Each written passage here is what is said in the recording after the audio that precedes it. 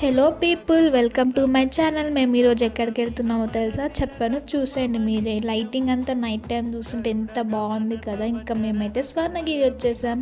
చాలా రోజుల నుంచి స్వర్ణగిరి నైట్ టైం చూడాలని ఉండే.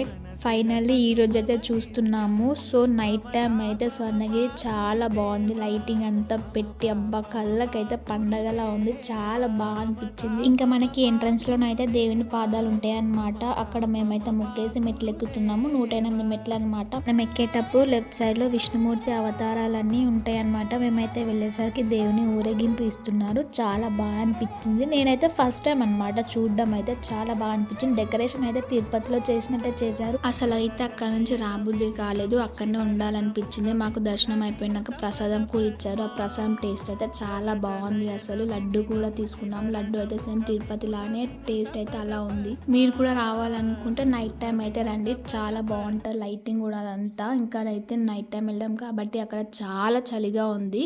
మన ఛానల్ని సబ్స్క్రైబ్ చేసుకొని సపోర్ట్ చేయండి.